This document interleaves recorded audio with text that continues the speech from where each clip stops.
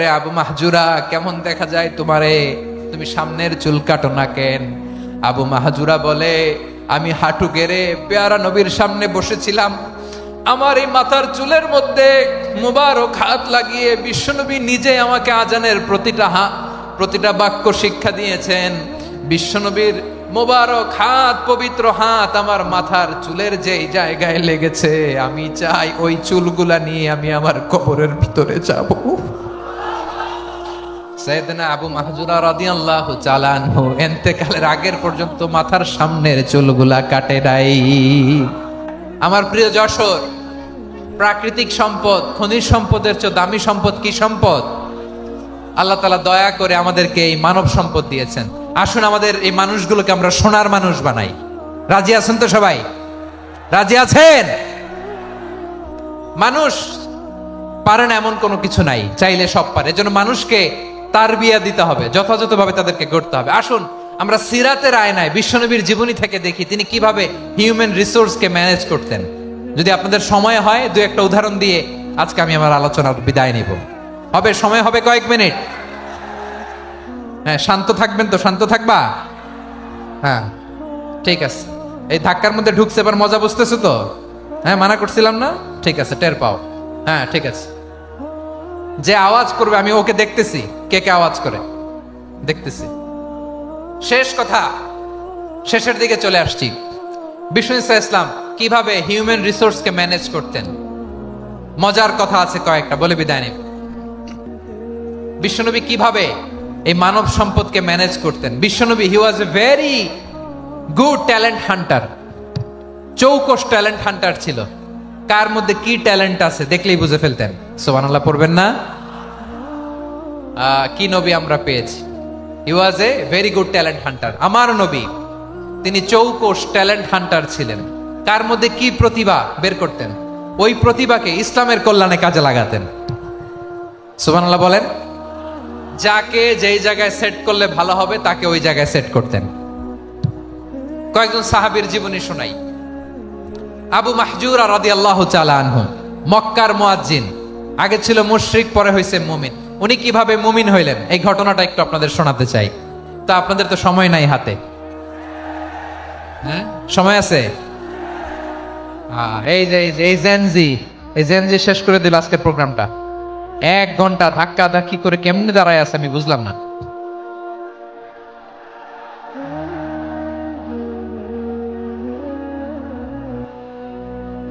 না না, তাকবির না, চুপ করতে হবে। What I need, you stop. Just shut up. চুপ। হ্যাঁ, ঠিক আছে, এভাবে। আবু মাহজুরা রাদিয়াল্লাহু তাআলা আনহু কিভাবে মুসলিম হলেন আওয়াজ করে শুনেন। হুনাইনের যুদ্ধ, 8ম হিজরি। বিষ্ণু ইসলাম হুনাইনের যুদ্ধ শেষে ফিরতেছেন। পথিমধ্যে বেলাল রাদিয়াল্লাহু তাআলা আনহু আজান দিচ্ছেন। কি দিচ্ছেন? তো পাশে ছিল মুশরিকদের একটা পল্লী, কিছু মুশরিক তরুণ, কিছু অমুসলিম কিশোর, তারা আজানকে ব্যঙ্গ করতেছে। আমাদের বাংলায় মুখ ভেঙ্গানো বলে আর কি।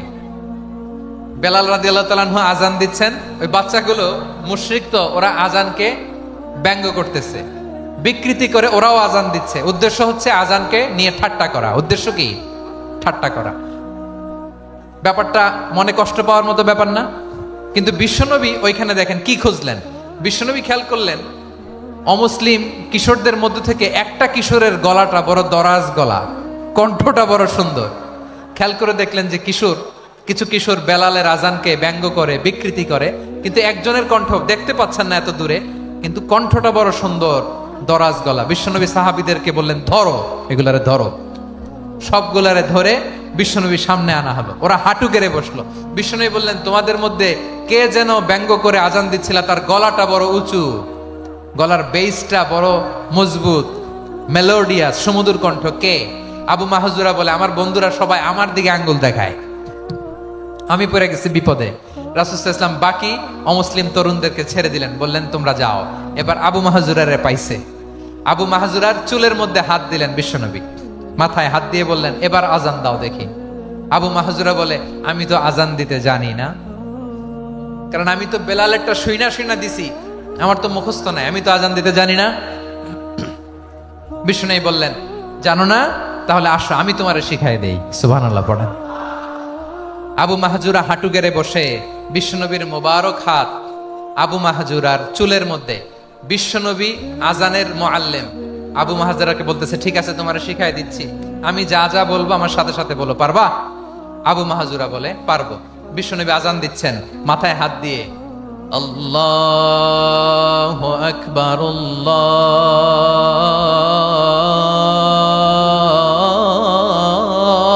আল্লাহু আকবার। আবু মাহজুরা এই বাক্যটা পড়লেন। বিশ্বনবী দ্বিতীয় বাক্য পড়তে আরম্ভ করলেন, আল্লাহু আকবার,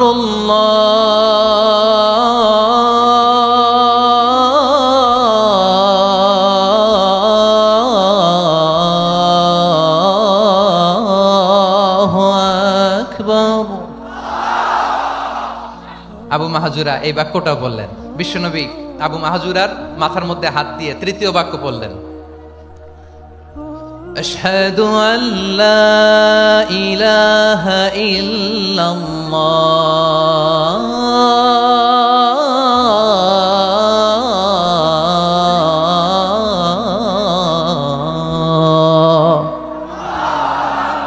আবু মাহজুরা তৃতীয় বাক্য বললেন। বিশ্বনবী একটা বাক্য পরে আবু মাহজুরা পরে, বিশ্বনবী পরে আবু মাহজুরা পরে। আবু মাহজুরা কিন্তু অমুসলিম, মুশরিক।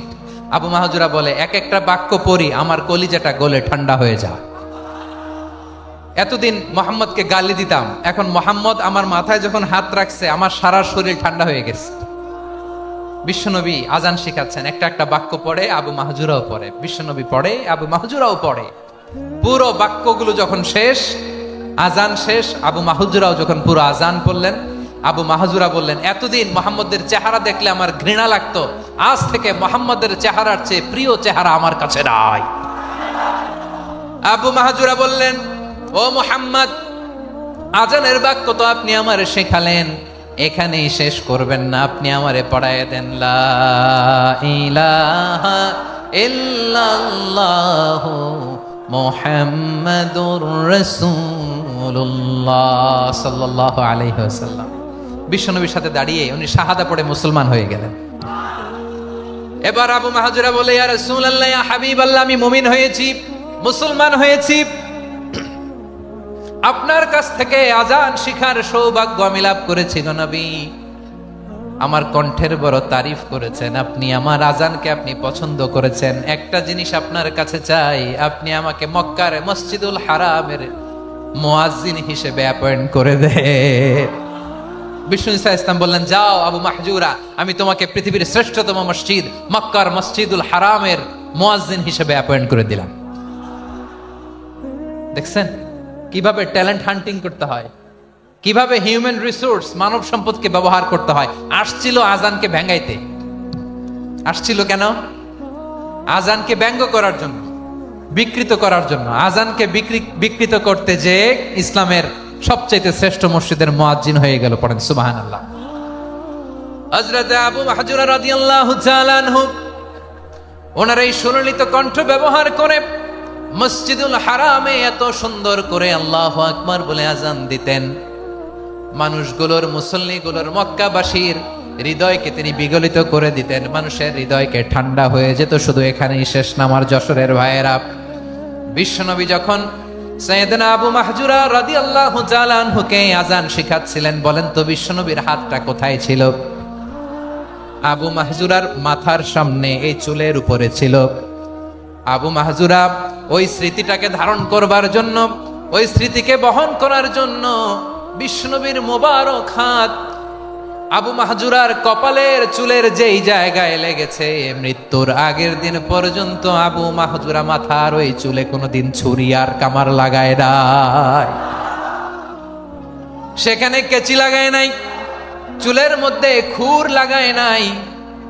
আবু মাহজুরা ডান দিকের চুল কাটতো, বাম দিকের চুল কাটতো, পেছনের চুল কাটতো, সামনের চুল কাটতো না।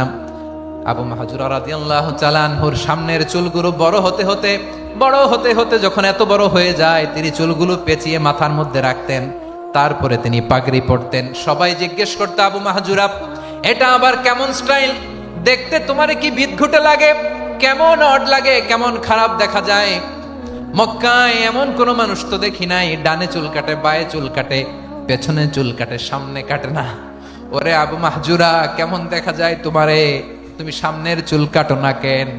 আবু মাহজুরা বলে, আমি হাঁটু গেড়ে পেয়ারা নবীর সামনে বসেছিলাম, আমার এই মাথার চুলের মধ্যে মুবারক হাত লাগিয়ে বিশ্বনবী নিজে আমাকে আজানের প্রতিটা বাক্য শিক্ষা দিয়েছেন। বিশ্বনবীর মোবারক হাত, পবিত্র হাত আমার মাথার চুলের যেই জায়গায় লেগেছে, আমি চাই ওই চুলগুলা নিয়ে আমি আমার কবরের ভিতরে যাব। সাইয়েদনা আবু মাহজুরা রাদিয়াল্লাহু তাআলা আনহু ইন্তেকালের আগের পর্যন্ত মাথার সামনের চুলগুলা কাটে নাই। মাথার সামনের চুল তিনি কাটেন নাই। সুবহানাল্লাহ বিহামদি। কেমন ভালোবাসতেন বিশ্বনবী সাহাবীদেরকে, সাহাবারা কেমন ভালোবাসতেন বিশ্বনবীকে। সামনের চুলগুলো বড় হতে হতে এত বড় ছিল, পেঁচিয়ে রেখে পাগড়ি পরতেন, কাটতেন না। নবীর হাত লেগেছিল। সুবহানাল্লাহ পড়েন। তাহলে what is the lesson, moral of the story কি? মোরাল অফ দ্য স্টোরি হচ্ছে, আসছিল আজানকে ব্যঙ্গ করার জন্য, বিকৃত করার জন্য, হয়ে গেল মসজিদুল হারামের মুয়াজ্জিন। দেখেন বিশ্বনবী একটা খারাপ সিচুয়েশনের মধ্যে থেকে কি ভালো জিনিস বের করে আনলেন। আমি যে শুরুতে বলেছি কিভাবে তিনি হিউম্যান রিসোর্সকে ডেভেলপ করেছেন, ম্যানেজ করেছেন। তিনি যে চৌকস ট্যালেন্ট হান্টার ছিল, দেখেন সবার মধ্যে থেকে এরে বাছাই করে মুয়াজ্জিন বানাই দিয়েছেন। সুবহানাল্লাহ পড়েন। তার মানে এই না সবাইরে ধরে ধরে উনি মুয়াজ্জিন বানাইছেন। যার যেই ট্যালেন্ট আছে তাকে ওই কাজে অ্যাসাইন করেছেন। যার যেই প্রতিভা আছে তার প্রতিভাকে ইসলামের কাজে লাগিয়েছেন। সুবহানাল্লাহ পড়েন। যায়েদ বিন সাবিত রাদিয়াল্লাহু তাআলা আনহু নাম শুনেছেন? যশোর কথা বেরোয় না। যদি জিগায় সালমান খানের নাম শুনছেন, সবাই হাত তুলবে, জি হুজুর শুনছি, মানে সব দেখা শেষ। সালমান খান, আমির খান, অমুক খান, সব খান মুখস্থ, কিন্তু যায়েদ বিন সাবিতের নাম মুখস্থ নাই মুসলমানদের। যে সাহাবী মাথার সামনের চুল কাটে নাই, মসজিদুল হারামের মুয়াজ্জিন বানাইছেন বিশ্বনবী, সাহাবীর নাম কি? খায়া ফেলাইছে, স্লোগানের সাথে খায়া ফেলাইছে। আবু মাহজুরা। কি নাম? আবু মাহজুরা আল জুমাহি রাদিয়াল্লাহু তাআলা আনহু। এই নামটা আজকে নিয়ে যাইতে হবে যশোর। আবু মাহজুরা রাদিয়াল্লাহু তাআলা আনহু। দুই নম্বরে বলছিলাম যায়েদ বিন সাবিত রাদিয়াল্লাহু তাআলা আনহু।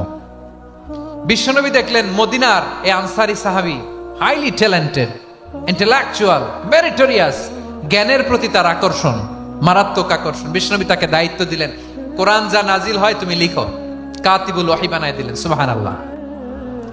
যায়েদ বিন সাবিতরে আবার আজান শিখান নাই, কারণ তার মধ্যে বিশ্বনবী প্রতিভা দেখেছেন, একাডেমিক প্রতিভা। বিশ্বনবীর একাডেমিক প্রজেক্ট গুলো তিনি হ্যান্ডেল করতেন। যায়েদ বিন সাবিত ছিল বিশ্বনবীর ব্যক্তিগত সচিব। কি ছিল?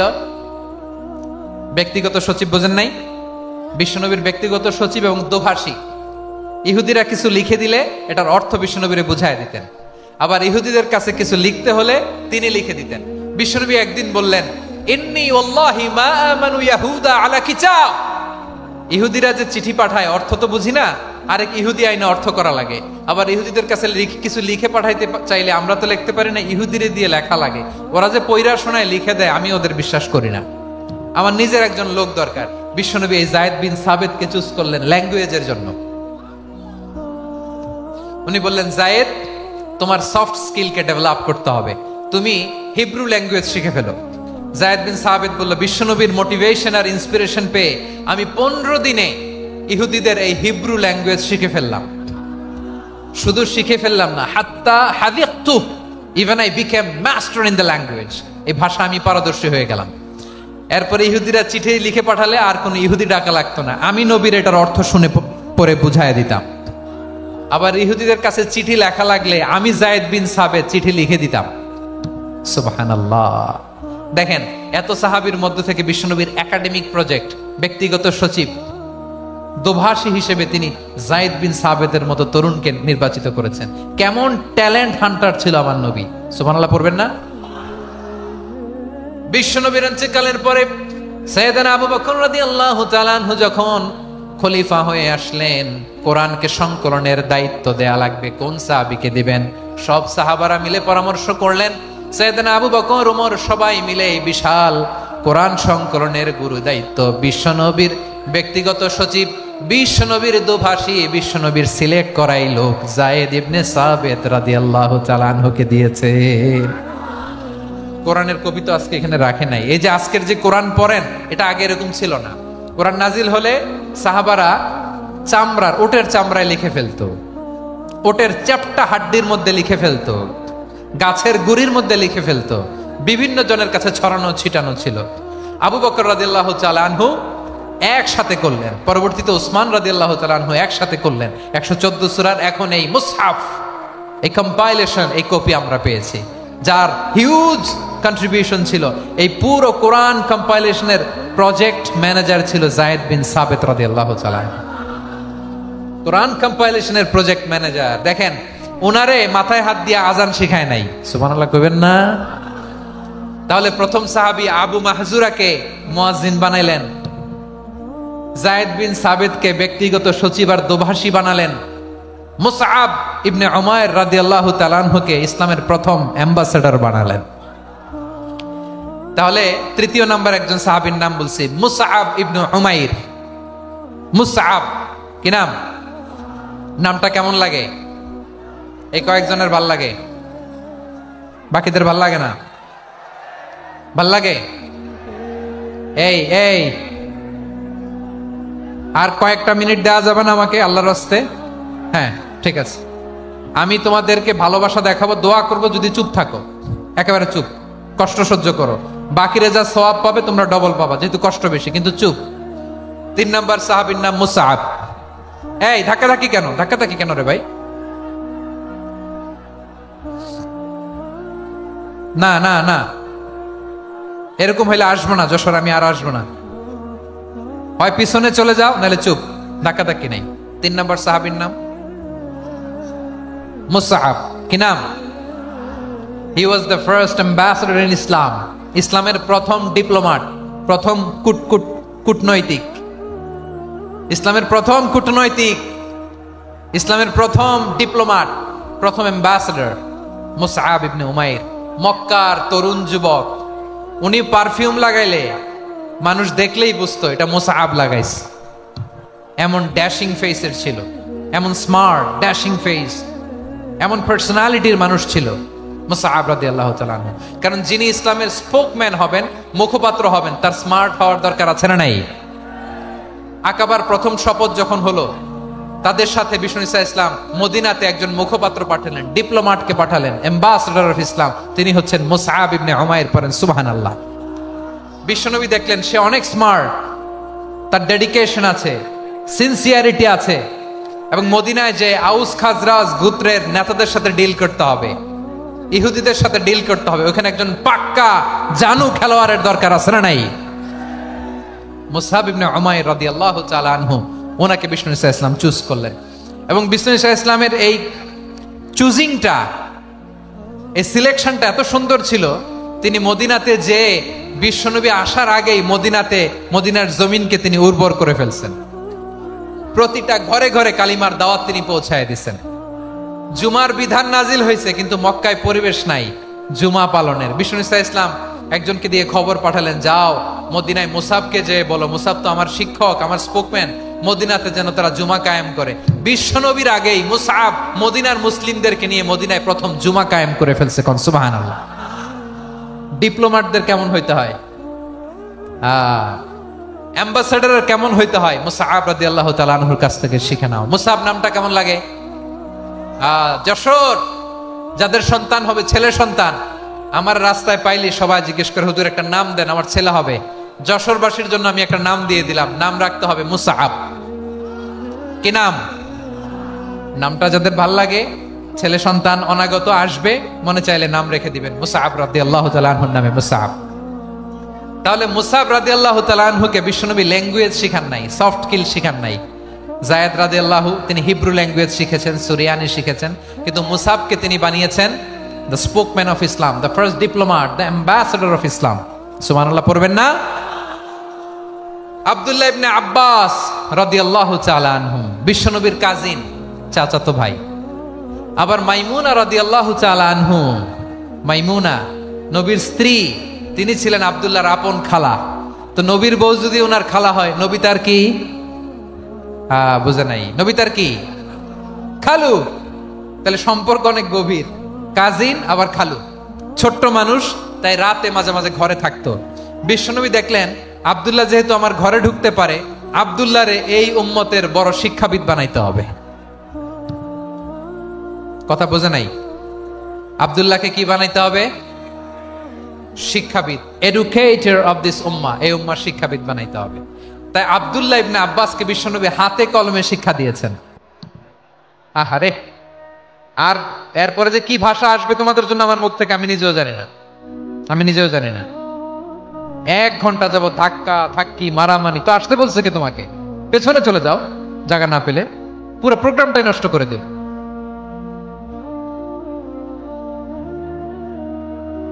জি, আমার দিকে তাকান, আমি শেষ করে দিচ্ছি। হবে না, ইন্টেলেকচুয়াল আলোচনা এখানে হবে না, আমি বুঝতে পারছি, আমি শেষ করে দিচ্ছি। আব্দুল্লাহ ইবনে আব্বাস রাদিয়াল্লাহু তাআলা আনহু, মনোযোগ দিয়ে কয়েকটা মিনিট শুনুন, আমি এখনই শেষ করে দিচ্ছি। এরপর আওয়াজ করবে। এই যে এগুলো কি আমি বুঝলাম না। আমি বললাম না সব করা যাবে, বসে যাও, শুয়ে যাও, চলে যাও, আওয়াজ করা যাবে না। অন্যকে বসো এটাও বলার দরকার নাই, জাস্ট এদিকে তাকাও। আল্লাহ। আব্দুল্লাহ ইবনে আব্বাস রাদিয়াল্লাহু তাআলা আনহু, উনাকে বিশ্বনবী হাতে কলমে শিক্ষা দিয়েছেন, যেহেতু উম্মতের শিক্ষাবিদ হবেন, এডুকেটর হবেন।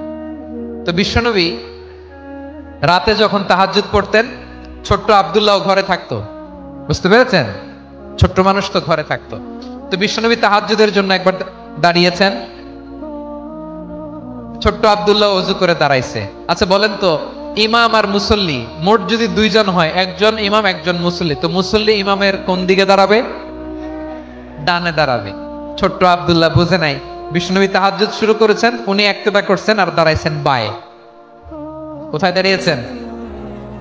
আব্দুল্লাহ বলেন, যখন আমি বায়ে দাঁড়ালাম, আখাযা রাসূলুল্লাহ সাল্লাল্লাহু আলাইহি ওয়াসাল্লাম উযুনি আল ইউমনা ইয়াফতিলুহা, বিশ্বনবী নামাজরত অবস্থায় আমার কান ধরে টেনে আমার ডান দিকে এনে দাঁড় করায় দিলেন। পড়েন সুবহানাল্লাহ।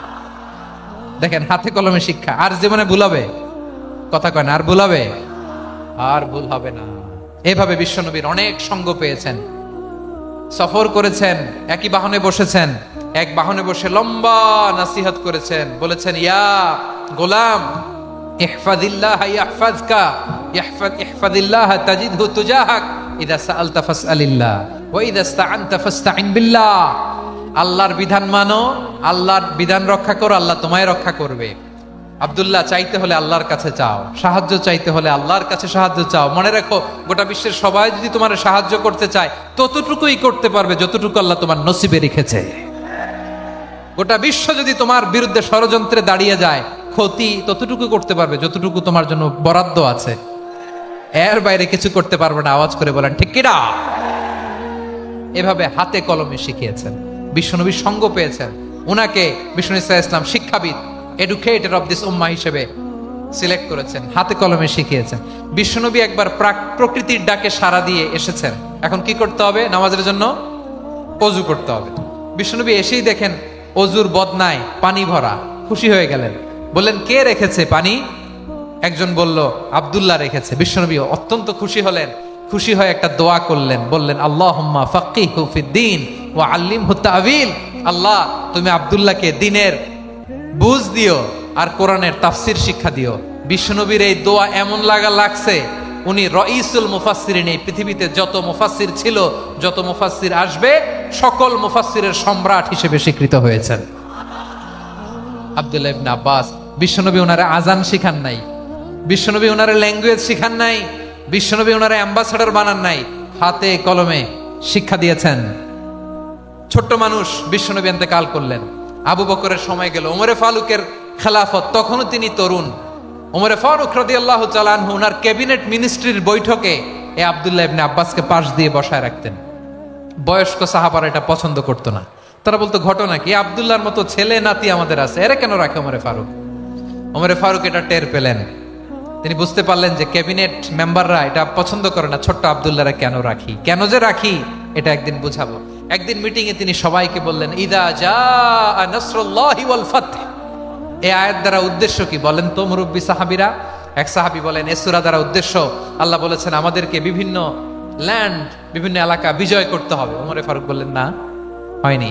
আরেকজন বললেন, বিজয় হওয়ার পর আমাদের বেশি বেশি আল্লাহর বরত্বের ঘোষণা দিতে হবে, এটা উদ্দেশ্য। ওমরে ফারুক বললেন না, হয় নাই। যারা জিজ্ঞেস করেন কেউ পারে না। সব শেষে বিশ্বনবী ছোট্ট আব্দুল্লাহরে বলেন, আব্দুল্লাহ, ইদা জা নাসরুল্লাহি ওয়াল ফাত, এর দ্বারা উদ্দেশ্য কি বলো তো? ছোট্ট আব্দুল্লাহ বলেন, হুয়া আজালু রাসূলিল্লাহ। এই আয়াত দ্বারা বিশ্বনবীর বিদায়কে উদ্দেশ্য নেওয়া হয়েছে। ওমরে ফারুক বললেন, হাযা হুয়া, এটাই তো সঠিক উত্তর, এটাই সঠিক তাফসীর এই আয়াতের। কারণ ইদা জা নাসরুল্লাহি ওয়াল ফাত, যখন আল্লাহর সাহায্য আর বিজয় আসবে, ওয়ারাআইতান নাসা ইয়াদখুলুনা ফি দীনিল্লাহি আফওয়াজা, আপনি দেখবেন দলে দলে ঢলে ঢলে বানের পানির মতো মানুষ ইসলামের দিকে ঢুকতেছে, ইসলামের বিজয় হয়েছে। তো ইসলামের বিজয়ের মিশন নিয়ে নবী আসছে, বিজয়ী যখন হয়ে গেছে এখন তো নবীর বিদায় হবে। জোরে বলেন ঠিক কিনা? কোন সাহাবী এই সূক্ষ্ম কথাটা ধরতে পারে নাই, ওই আব্দুল্লাহ ছাড়া। আব্দুল্লাহ যখন উত্তর দিছে, সব সাহাবীদের টনক নড়েছে। এরপর থেকে কোনো ক্যাবিনেট মিটিং এ আর কোন সাহাবারা কোনো প্রশ্ন করে নাই, আওয়াজ করে পড়েন সুবহানাল্লাহ। বিশ্বনবী আব্দুল্লাহ ইবনে আব্বাসকে দ্য এডুকেটর অফ দ্য উম্মাহ, উম্মার শিক্ষাবিদ হিসেবে গ্রহণ করেছেন। আওয়াজ করে পড়তে হবে আল্লাহু আকবার। সাহাবীদের নামগুলো মনে থাকবে? এক নম্বরে আবু মাহজুরা, মুয়াজ্জিন বানাইছেন। যায়েদ ইবনে সাবিত, দোভাষী, ট্রান্সলেটর অফ প্রফেট, এবং তিনি ছিলেন বিশ্বনবীর ব্যক্তিগত সচিব। মুসআব ইবনে উমাইর, the first ambassador and diplomat of Islam. আব্দুল্লাহ ইবনে আব্বাস, এই উম্মার সবচেয়ে বড় এডুকেটর, শিক্ষাবিদ। আরেকজন ছিল আব্দুল্লাহ ইবনে মাসউদ রাদিয়াল্লাহু তাআলা। দুই আব্দুল্লাহ, আব্বাস গেল, আরেকজন হচ্ছে মাসউদ। মক্কার তরুণ, ছাগল পালতো মুশরিকের। বিশ্বনবী আর আবু বকর রাদিয়াল্লাহু তাআলা আনহু একবার গেলেন, যে দেখে এই তরুণ দাঁড়ায় আছে। বিশ্বনবী বলেন, আমি খুব ক্ষুধার্ত, তোমার কাছে কি দুধ আছে ছাগলের?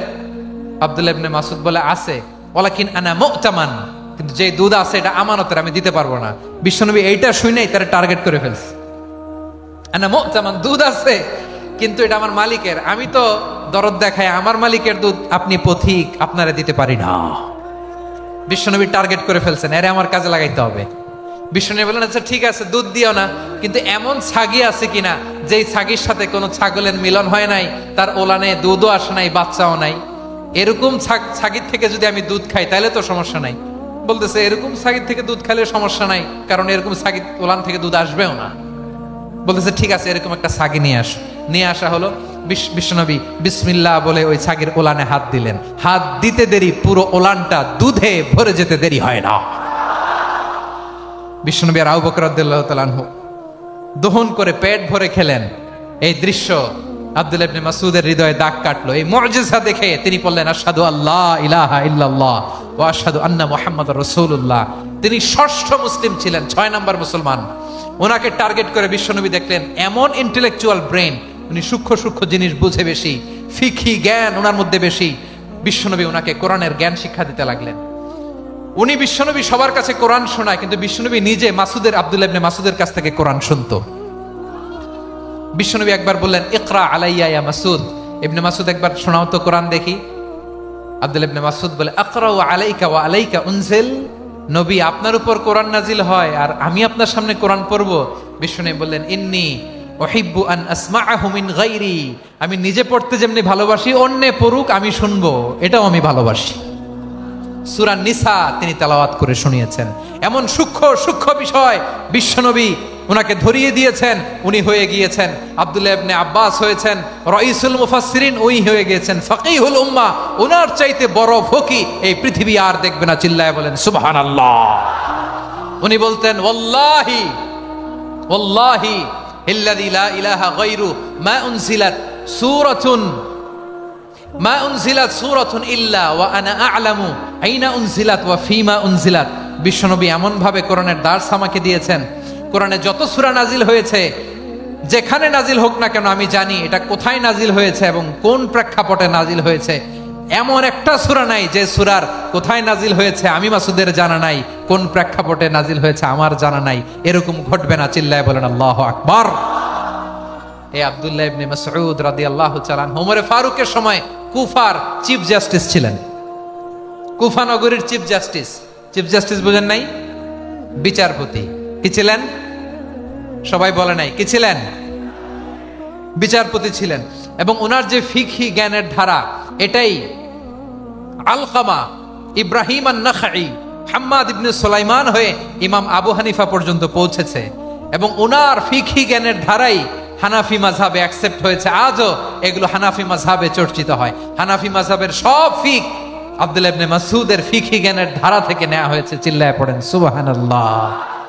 তাহলে উনাকে বিশ্বনবী বানিয়েছেন জুরিস্ট, জুরিস্ট, আইনবিদ, ফাকিহ। উনারে আজান শিখান নাই। হিউম্যান রিসোর্স ডেভেলপমেন্ট কিভাবে করবেন, মানব সম্পদের উন্নয়ন কিভাবে করতে হয়, কিভাবে যার যেখানে প্রতিভা কাজে লাগাতে হয় উনি দেখিয়েছেন। সুবহানাল্লাহ পড়বেন না? খালিদ বিন ওয়ালিদ নাম শুনছেন? কে কে শোনেন নাই হাত তোলেন। কি ছিলেন? বীর যোদ্ধা। বীর যোদ্ধা ছিলেন খালিদ বিন ওয়ালিদ। কিন্তু তিনি ইসলাম ধর্ম গ্রহণ করেছেন অনেক দেরিতে, 8ম হিজরিতে। তার মানে 8ম হিজরির আগে উনি মুশরিকদের পক্ষে লড়াই করেছেন। ওনার হাতে কত মুসলিম সাহাবী যে নিহত হয়েছে হিসাব নাই। বিশ্বনবী টার্গেট করে রাখছে, তুমি আমাদের মুসলিমদের এত ক্ষতি করলা, তুমি যখন মুসলমান হবা তোমারে দিয়ে আমি এমন কাম করামু যে এটা আর কেউ করতে পারবে না। সুবহানাল্লাহ নাই? যশোর ক্লান্ত হয়ে গেছে।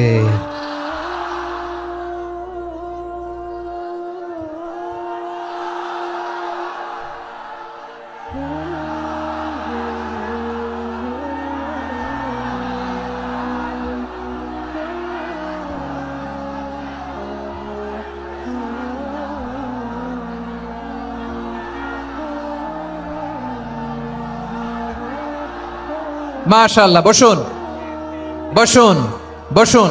খালিদ বিন ওয়ালিদ রাদিয়াল্লাহু তাআলা 8ম হিজরিতে মুসলিম হয়েছেন, মক্কা বিজয়ের আগে। তো মক্কা বিজয়ের আগে যখন মুসলিম হয়েছেন, এর আগে কি করছেন? কাফিরদের সাথে যুদ্ধ করেছেন। উনি উহুদের যুদ্ধে মুসলমানদের যে পরাজয় ভাব, কঠিন পরিস্থিতির মুখোমুখি উনার কারণে পিছন থেকে এমন আতর্কিত আক্রমণ করেছেন, মুসলমানদেরকে কচুকাটা করেছেন। 8ম হিজরিতে আল্লাহ তাআলা হেদায়েতের নূর দিয়ে ওনার হৃদয়টাকে উজালা করে দিলেন। লা ইলাহা এটা এমন বাণী যার হৃদয়ে একবার টাচ খাবে, এইটা থেকে সে আর পালিয়ে বেড়াতে পারে। ঝিনুকের ভেতর লুকিয়ে থাকে যেমন মতি, ঝিনুকের ভেতর লুকিয়ে থাকে যেমন মতি, কলমা শাহাদাতে আছে আল্লাহর জ্যোতি, কলমা শাহাদাতে আছে আল্লাহর জ্যোতি। ঠিক কিনা বলেন? মক্কা বিজয়ের আগে মুসলিম হলেন, হওয়ার পরেই বিশ্বনবীর টার্গেট ফুলফিল হলো। ওই যে টার্গেট করে রেখেছেন আর দোয়া করেছেন, খালিদ বিন ওয়ালিদ যদি মুসলিম হয় তাকে আমি মিলিটারি চিফ বানাবো। ওনাকে আজান শিখান নাই, ওনারে কান ধইরা নামাজের এই মাথা থেকে ওই মাথা আনান নাই, ফিকহি কোরআনের সূক্ষ্ম তাফসীর ওনারে শিখান নাই, অ্যাম্বাসেডর বানান নাই। বিষ্ণু ইসলাম উনাকে সামরিক অভিযানে প্রেরণ করেছেন। সামরিক অভিযানে তিনি প্রেরণ করেছেন। ওনার জীবদ্দশায় ওনার নেতৃত্বে যতগুলো যুদ্ধ হয়েছে, একটা যুদ্ধেও তিনি পরাজয় বরণ করেন নাই। ওমরে ফারুকের সময়কালে তিনি চিফ অফ মুসলিম মিলিটারি, মানে মুসলিম সেনাপতি হয়েছেন। যশোর আওয়াজ করো, ঠিক কিনা বলো? সেনাপতি, মুসলিম সেনাপতি। তাহলে কিভাবে হিউম্যান রিসোর্স ব্যবহার করতে হয় গোটা বিশ্ব আমার নবীর কাছ থেকে শিখে না। খালিদ বিন ওয়ালিদ, ওনাকে বিশ্বনবী একটা উপাধি দিয়েছেন। উপাধিটা হচ্ছে সাইফুল্লাহিল মাসলুল, আল্লাহর নাঙ্গা তরবারি, আল্লাহর খোলা তরবারি, দ্য ওপেন সোর্ড অফ আল্লাহ। খালিদ বিন ওয়ালিদ মুসলিম সেনাপতি। হাসান বিন সাবেত নাম শুনছেন? দেখি উনি কি ছিল বলেন। রাসূলের সভা কবি, কালচারাল হিজিমনিকে ডিফিট করার জন্য। উনি ভালো অস্ত্র চালানো জানতেন না, ওই কাজে উনি যেতেন না। ওনার ছিল কাব্য প্রতিভা। কাব্য প্রতিভা, কাফিররা কবিতা দিয়ে নবীকে গালি দিত, বিশ্বনবী বলতেন, ইয়া হাসান আজিব আন রাসূলিল্লাহ, তুমি নবীর হয়ে কাফেরদের এই কথাগুলোর জবাব দাও। বিশ্বনবীর একটা মিম্বার ছিল, বিশ্বনবীর মিম্বারের পাশাপাশি মসজিদে নববীতে এই হাসান বিন সাবিতের জন্য বিশ্বনবী একটা স্পেশাল মিম্বার বানিয়ে দিয়েছেন। এখান থেকে তুমি জবাব দাও। এবং বিশ্বনবী বলেছেন, আল্লাহুম্মা আইয়িদহু বিরূহিল কুদুস, আল্লাহ হাসান আমার পক্ষে জবাব দেয়, তুমি জিব্রাইল মারফত তাকে সাহায্য পাঠায়া দিও। রাসূল সাল্লাল্লাহু আলাইহি ওয়াসাল্লামের সভা কবি, the poet of the prophet, নবীর কবি, উনি কবিতা দিয়ে এমন উচ্চাঙ্গের ভাষায় কবিতা দিয়ে তিনি জবাব দিতেন, কাফিরদের গা শিহরে যেত, তাদের হৃদয়ে আগুন ধরে যেত। তাহলে এরকম কবিরও দরকার আছে না নাই? এখন যাকে আল্লাহ দিছে কাব্য প্রতিভা, এরা যদি আপনি যুদ্ধের ময়দানে পাঠান হবে?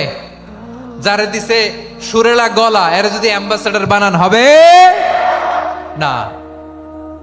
হাসান বিন সাবিত ছিলেন বিশ্বনবী সাল্লাল্লাহু আলাইহি ওয়াসাল্লামের কবি। হুযায়ফা ইবনুল ইয়ামান বিশ্বনবীর গোয়েন্দা বিভাগের প্রধান। কিসের প্রধান? হুযায়ফা ইবনুল ইয়ামান, ওনার ছিল ডিটেকটিভ মাইন্ড, গোয়েন্দা বিভাগের প্রধান। এবং উনি হচ্ছেন সাহিবু সিররি রাসূলিল্লাহ, রাসূল সাল্লাল্লাহু আলাইহি ওয়াসাল্লামের গোপন তথ্যের ধারক বাহক। নবীর যেই কথা কেউ জানে না, সব হুযায়ফার পেটের ভিতরে ছিল। সুবহানাল্লাহ পড়েন। মদিনার যত ইহুদিদের একটা লিস্ট ছিল, এই লিস্ট শুধু দুইজন জানতো, বিশ্বনবী আর হুযায়ফা। সুবহানাল্লাহ পড়বেন না? তাহলে উনাকে কোন দায়িত্ব দিছে? কোন বিভাগ? যশোর, আওয়াজ করো, কোন বিভাগ? গোয়েন্দা বিভাগের হেড ছিল। খন্দকের যুদ্ধে প্রচন্ড আজকের মতো শৈত্য প্রবাহ, মাটি খনন করতে করতে সাহাবীদের পেটে ক্ষুধা নাই, দাঁড়াইতে পারে না নামাজের জন্য, এত ক্লান্ত, ক্লান্ত শ্রান্ত। বিশ্বনবী বললেন, কে আছো? এই কঠিন শীত, এই ভয় আর ক্ষুধার মধ্যেও খন্দকের পরীক্ষার টপকে শত্রু শিবিরে যে আমাকে তথ্য দিবা, কে আছো? কারো গায়ে শক্তিই নাই যে দাঁড়াবে, কেউ দাঁড়ায় না। বিশ্বনবী তখন নিজে হুযায়ফাকে ডাক দিলেন, হুযায়ফা, যে আমাকে আজকে শত্রু শিবিরের তথ্য এনে দিবে, সে জান্নাতে আমার মোরাফাকা, আমার সঙ্গী হবে। হুযায়ফা রাদিয়াল্লাহু ইবনুল ইয়ামান জীবনের ঝুঁকি নিয়ে এই ক্ষুধা, শৈত্য প্রবাহ, কোল্ড ওয়েভসকে উপেক্ষা করে পরীক্ষা টপকে শত্রু শিবিরে যে সবার কথাগুলো চুপে চুপে শুনে বিশ্বনবীর দরবারে এসে গোয়েন্দাদের মতো তথ্য সরবরাহ করেছে। বিশ্বনবীর গোয়েন্দা বিভাগের প্রধান হুযায়ফা ইবনুল ইয়ামান ইন্টেলিজেন্স বিভাগ চালাতেন। মুনাফিকদের নাম ওনার কাছে ছিল। মুআয ইবনে জাবাল মদিনা রাষ্ট্রের সবচেয়ে সিনিয়র আমলা ছিলেন। আমলাতন্ত্র চিনেন তো? প্রশাসনিক কাজ যারা চালায়, অ্যাডমিনিস্ট্রেশন বুঝেন না? The department of administration. মদিনার রাষ্ট্রের সিনিয়র আমলা মুআয ইবনে জাবাল মুতাখাসসিসুন ফিল হালাল ওয়াল হারাম, হালাল হারামের স্পেশালিস্ট ছিলেন। বিশ্বনবী উনাকে ইয়ামানের গভর্নর করে পাঠাইছেন। বলেছেন, ইন্নাকা তা'তি কওমান আহলা কিতাব, এমন গোষ্ঠীর কাছে যাবা এরা ইহুদি নাসারা, আগে শাহাদা পড়লে এরপরে নামাজের দাওয়াত দিও, নামাজ পড়লে যাকাতের দাওয়াত দিও। গভর্নরের অ্যাটিটিউড যেমন থাকে তেমন অ্যাটিটিউড ধরে রেখো। সুবহানাল্লাহ পড়েন। তাহলে মুআয ইবনে জাবালকে দিয়ে বিশ্বনবী কবিতা লেখায় নাই, চিঠি লেখায় নাই, আজান দেওয়ায় নাই। সুবহানাল্লাহ পড়বেন না? সব শেষ সাহাবী বলি আবু হুরায়রা রাদিয়াল্লাহু তাআলা আনহু, নাম শুনছেন? বিড়ালের বাবা। কি করতেন? খালি হাদিস মুখস্থ করতেন। উনি বলতেন, আলজামু রাসূলুল্লাহ আলা মিল ইবাতনি, আমার শুধু পেটের ক্ষুধার বন্দোবস্ত হইলে আমি নবীর সঙ্গ ছাড়তাম না। আমার আনসার সাহাবারা ক্ষেত খামারের কাজ করত, আমার মুহাজির সাহাবারা ব্যবসা করত, আর আমি নবীর সাথে সাথে থাকতাম। শুধু সকাল বিকাল দুই বেলা যদি আমার খাবারের বন্দোবস্ত হয়, আমি আর নবীর লক ছাড়ি না। সুবহানাল্লাহ কইবেন না? 5374টা হাদিস তিনি বর্ণনা করেছেন। সবচেয়ে বেশি হাদিস বর্ণনাকারী সাহাবী। হাদিস প্রিজার্ভেশনের কাজে বিশ্বনবী ওনাকে কাজে লাগিয়েছেন। উনি একদিন বলেন, ইয়া রাসূলুল্লাহ আসমাউ মিনকা কাসীরান ফালা আহফাজু, নবী অনেক কথা শুনি আমার মনে থাকে না। বিষ্ণু বললেন, তাই? উবসুত রিদাক, তোমার চাদরটা বিছাও। আবু হুরায়রা বিছালেন, বিশ্বনবী হাত বুলায় দিলেন, এরপরে অনেক হাদিস বর্ণনা করলেন। আবু হুরায়রা বলে, তারপর থেকে বিশ্বনবী যাই বর্ণনা করে আমি শুনি আর একটাও ভুলি না। এখন সুবহানাল্লাহ। বিশ্বনবী ওনাকে হাদিস প্রিজার্ভেশন, নবীর এই যে লক্ষ্য হাদিস প্রিজার্ভেশনের এই দায়িত্ব দিয়েছেন সাইয়েদনা আবু হুরায়রা রাদিয়াল্লাহু তাআলা আনহুকে। প্রিয় ভাইরা, তাহলে 10 জন সাহাবীর কথা যে বললাম, আপনারা কি খেয়াল করেছেন কত বড় ট্যালেন্ট হান্টার, চৌকস ট্যালেন্ট হান্টার ছিল আমার নবী। এক একজনের এক এক ট্যালেন্ট, এক এক কাজে অ্যাসাইন করেছেন, এক একজনকে এক এক দায়িত্ব দিয়েছেন, এক একজনের প্রতিভাকে এক এক ভাবে বিকশিত হওয়ার সুযোগ দিয়েছেন। আওয়াজ করে বলেন ঠিক কি না? এখন আমার পর্দার আড়ালে আমার মায়েরা বলবে, এতগুলো পুরুষ সাহাবীর কথা বললো, নারী সাহাবীরা কি কিছু করে নাই? হ্যাঁ, একজন নারী সাহাবীর কথা বলে মোনাজাত হবে, দোয়া ছাড়া কেউ যাব না। রুফাইদা আল আসলামিয়া রাদিয়াল্লাহু তাআলা আনহা, ওনার বাবার নাম সাআদ আল আসলামি। বিশ্বনবী কি খেয়াল করলেন দেখেন, সাআদ ছিল মদিনার বড় ডাক্তার। এই নারী সাহাবী রুফাইদা বাবার কাছ থেকে চিকিৎসা বিদ্যা শিখেছেন। যখন শিখছে, বিশ্বনবী দেখলেন আমার তো প্রতি সপ্তাহে সপ্তাহে যুদ্ধে আহত সাহাবীদের সেবা দিবে কে? বিশ্বনবী রুফাইদাকে বললেন, রুফাইদা তুমি মসজিদে নববীর পাশে একটা মেডিকেল ক্যাম্প করো। এই যে সাকিনা আদ্দিন মেডিকেলের আমার ছাত্রী বন্ধুরা, শুনে রাখো, তোমাদের আইকন হচ্ছে এই রুফাইদা আল আসলামিয়া। বিশ্বনবীর ডিরেকশন অনুযায়ী তিনি মসজিদে নববীর পাশে একটা মেডিকেল ক্যাম্প করলেন এবং আহত সাহাবাদের চিকিৎসা উনি ওনার টিম নিয়ে দিতেন। বিশ্বনবীর পরামর্শে উনি আনসারি এবং মুহাজির মহিলা সাহাবীদেরকে নিয়ে একটা স্পেশাল মেডিকেল টিম গঠন করলেন। খায়বার যুদ্ধে 7ম হিজরিতে যখন বিশ্বনবী যায়, উনি ওনার টিম নিয়ে আসলেন, বললেন, ইয়া রাসূলুল্লাহ, আমরা তো তলোয়ার চালাতে পারি না, আমরা তো তীর মারতে পারি না, আপনি যদি অনুমতি দেন খায়বার অভিযানে আমি আমার টিম নিয়ে মেডিকেল টিমের সেবাটা সার্ভিসটা দিতে চাই। পড়েন সুবহানাল্লাহ। বিশ্বনবী অনুমতি দিলেন, যোদ্ধা সাহাবীদের সাথে রুফাইদা আল আসলামিয়া উনিও মেডিকেল টিম নিয়ে অগ্রসর হলেন। খায়বারের প্রতিটা আহত ইনজুর্ড সাহাবী যারা ইনজুরি শিকার হয়েছেন, সবাই রুফাইদা আল আসলামিয়ার এই মেডিকেল ক্যাম্প থেকে চিকিৎসা সহায়তা পেয়েছেন। সুবহানাল্লাহ পড়েন।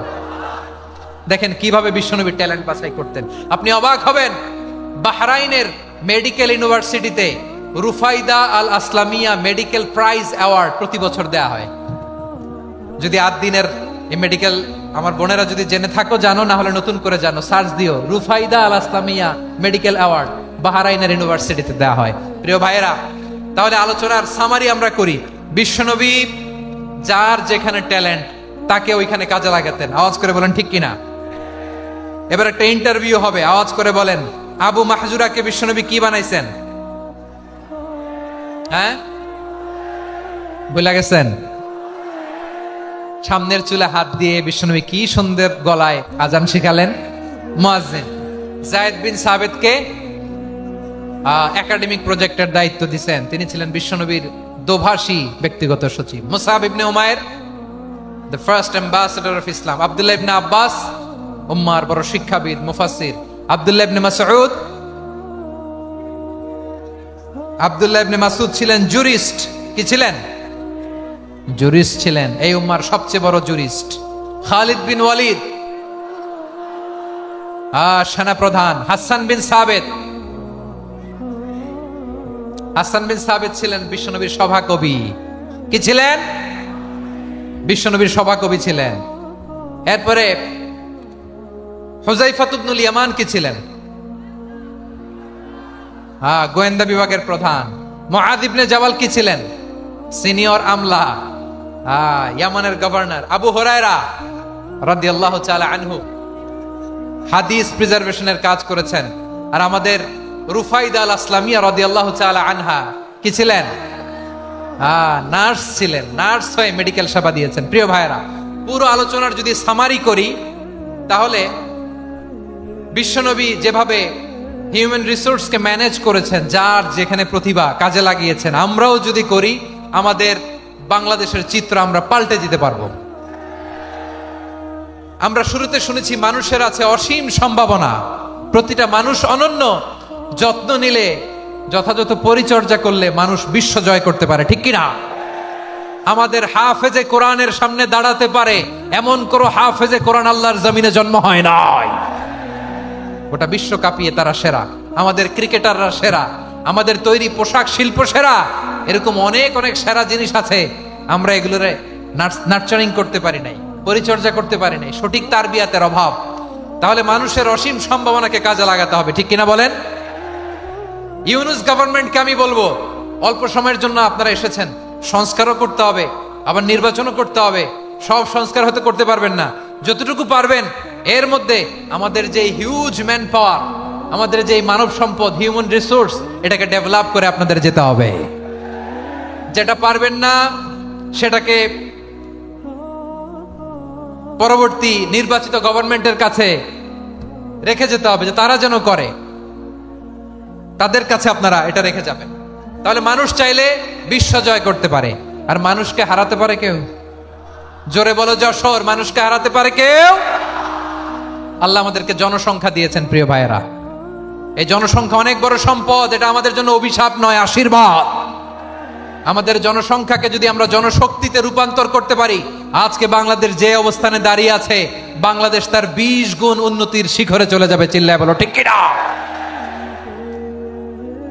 আমাদের শ্রমিক ভাইয়েরা বাইরে কাজ করে, আমাদের শ্রমজীবী ভাইয়েরা, প্রবাসীরা, তাদের ব্যাপারে গুরুত্ব দিতে হবে।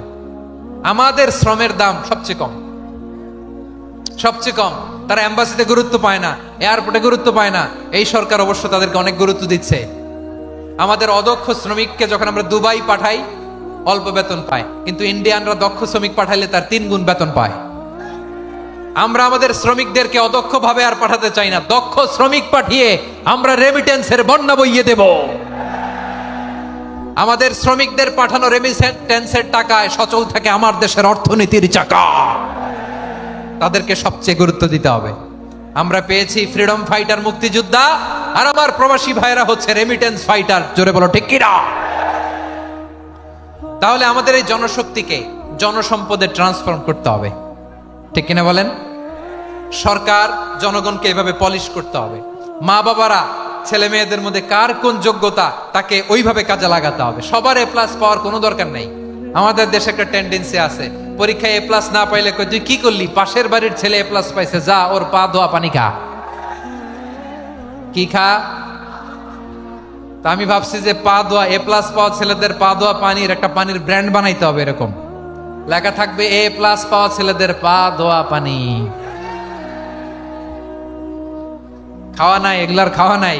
ওরে আল্লাহ এ প্লাস পাওয়ার জন্য বানাইছে, আর আপনার ছেলেকে এই এ প্লাস গুলারে নিয়ন্ত্রণ করার জন্য আল্লাহ বানাইছে। ওকে দিয়ে আল্লাহ কি করবে আপনি জানেনই না। একটা এ প্লাস, একটা এ গ্রেড একটা মানুষের জীবনকে ঠিক করে দিতে পারে না। আপনার ছেলেকে আল্লাহ অন্যদিকে যোগ্যতা দিয়েছে। ওদের মনোবল ভাঙবেন না, খবরদার, খবরদার। ছেলে মেয়েদের মনোবল ভাঙবেন না। যাকে দিয়ে যেটা হবে তাকে দিয়ে সেটা করতে হবে, তার প্রতিভাকে সেভাবে কাজে লাগাতে হবে। তাহলে বাংলাদেশ, আমাদের এই জনসংখ্যা জনসম্পদে রূপান্তরিত হবে। আমাদের সরকারের তত্ত্বাবধানে আমাদের 18 কোটি জনগণ দক্ষ জনশক্তিতে রূপান্তরিত হোক, আমরা চাই কি চাই না? আমরা ভালো মানুষ, শ্রেষ্ঠ মানুষ হতে চাই কি চাই না? ওই জাপানিজদের মতো সৎ, ওই ইউরোপিয়ানদের মতো কালচার, আমাদেরকে আল্লাহ তাআলা কোরআন সুন্নাহ অনেক কিছু দিয়েছেন। যেহেতু বর্তমানে আমরা দেখছি তারা সৎ, তাদের মধ্যে ভ্যালু আছে, সেগুলো আমাদের মধ্যে আনার দরকার আছে না নাই? আর ইসলাম দিয়ে আমাদের জীবনকে সাজাতে হবে, ইসলাম দিয়ে আমার পরিবারকে সাজাতে হবে।